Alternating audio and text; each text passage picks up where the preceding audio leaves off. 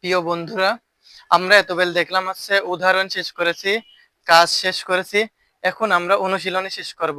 অনুশীলনী সূত্রের সাথে বর্গ নির্ণয়ের ক্ষেত্রে যতগুলো ম্যাথ আছে আমরা সেইগুলো এখন শেষ করব।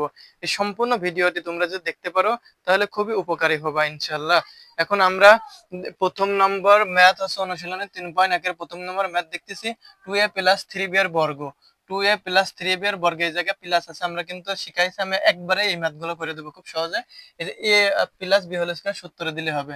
তাহলে 2a + 3b তার উপর হোল স্কয়ার সমান সমান 2a তার উপর স্কয়ার, এটা a স্কয়ার প্লাস 2 সূত্রের 2 ইনটু 2a তাহলে 3b, এটা হচ্ছে b প্লাস 3b তার উপর হোল স্কয়ার। দেখো a square plus 2ab plus b square দাঁড়াচ্ছে ওই একদম সূত্র দাঁড়াচ্ছে।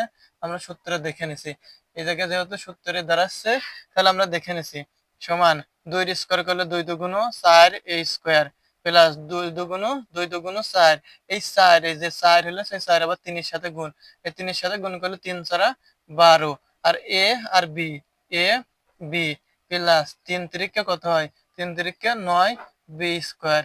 এটা হচ্ছে উক্ত ম্যাথের অ্যান্সার। এই জায়গায় দেখো 2a + 3b আমরা মানে আগের অঙ্ক করে আসার কারণে এই ম্যাথ গুলো খুব সহজে সমাধান করতে পারবো।